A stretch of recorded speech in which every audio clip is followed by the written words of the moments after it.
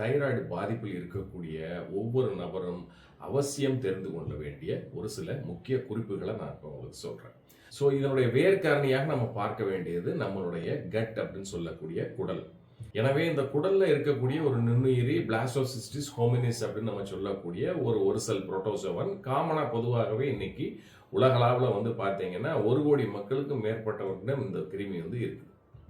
So பொதுவாகவே இந்த நுண்ணுயிரி எந்த பிரச்சனையும் கொடுக்காது. இது ஹார்ம்லெஸ் நம்ம சொன்ன போதும் 2014 செய்யப்பட்ட நுண்ணுயிரி ஆராய்ச்சிகளின் அறிவிப்பின்படி பார்த்தீங்க அப்படின்னா இந்த பிளாஸ்டோசிஸ்டிஸ் ஹோமினிஸ் அப்படின்றது நம்மளுடைய கட்டுன்னு சொல்லக்கூடிய குடல்ல ஒரு பாதிப்பை கொடுத்து அதன் காரணமாக லீக்கி கட் சிண்ட்ரோம் அப்படின்ற ஒரு நிலைக்கு உடலை எடுத்து சென்று இதன் தொடர்ச்சியாக இந்த ஆட்டோ இம்யூன் டிசீஸ்ல மிகவும் முக்கியமாக இந்த ஹாஷிமோட்டோ தைராய்டிட்டிஸ் அப்படின்னு சொல்லக்கூடிய நம்மளுடைய உடல் எதிர்ப்பு அணுக்களே நம்முடைய தைராய்டு கிளாண்டை போய் அட்டாக் பண்ணி அதன் காரணமாக இந்த டிஸ்ட்ரக்ஷன் அழிவை கொண்டு வருகிறது. அதன் காரணமாக தைராக்சின் ஹார்மோன் லெவல் கம்மியாகி நம்ம எந்த அளவும் சிம்டமேட்டிக்கா ஒரு ரிலீஃபை நமக்கு கிடைக்க முடியாத அளவுக்கு பண்ணக்கூடியதாக அமைகிறது.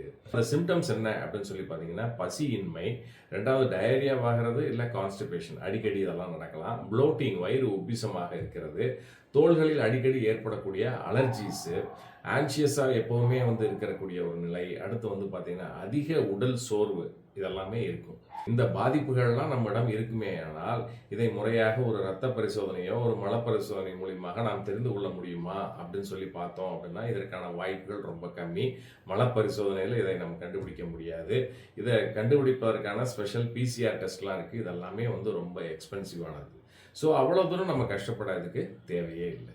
இதை எளிய முறையில் அதே சமயம் ரொம்ப ரொம்ப எஃபெக்டிவாக நம்ம நேச்சுரோபதி ட்ரீட்மெண்ட்டில் முழுமையாக ரெக்கவர் பண்ணி எடுக்க முடியும்.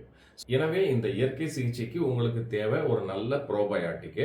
இந்த ப்ரோபயாட்டிக் ஈஸ்ட், இதனுடைய பெயர் பார்த்தீங்கன்னா சாக்ரோமைசிஸ் பொலாடி அப்படின்னு சொல்லுவோம். அடுத்து பார்த்தீங்கன்னா இந்த ஆயில் ஆஃப் ஓரிகானோ அப்படின்னு சொல்லக்கூடியது.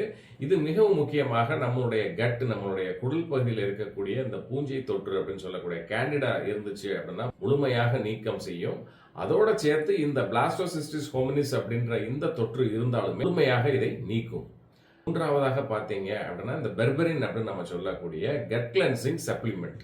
இந்த 3ஐயும் முறையான ஒரு இயற்கை மருத்துவரிடம் சென்று முறையானபடி நீங்க சிகிச்சை எடுத்துக்கொண்டீங்க அப்படின்னா இந்த ஹாஷிமோட்டோ தைராய்டிட்டிஸ் அப்படின்னு நாம சொல்லக்கூடிய இந்த தைராய்டு பிரச்சனையிலிருந்து முழுமையாக நீங்கள் வெளிவர முடியும். நல்ல ஆரோக்கிய நிலைகளில் என்றென்றும் வாழ்ந்திட எனது வாழ்த்துக்களை தெரிவித்துக் கொண்டு மீண்டும் ஒரு நல்ல பதிவில் சந்திக்கின்றேன். நன்றி, வணக்கம்.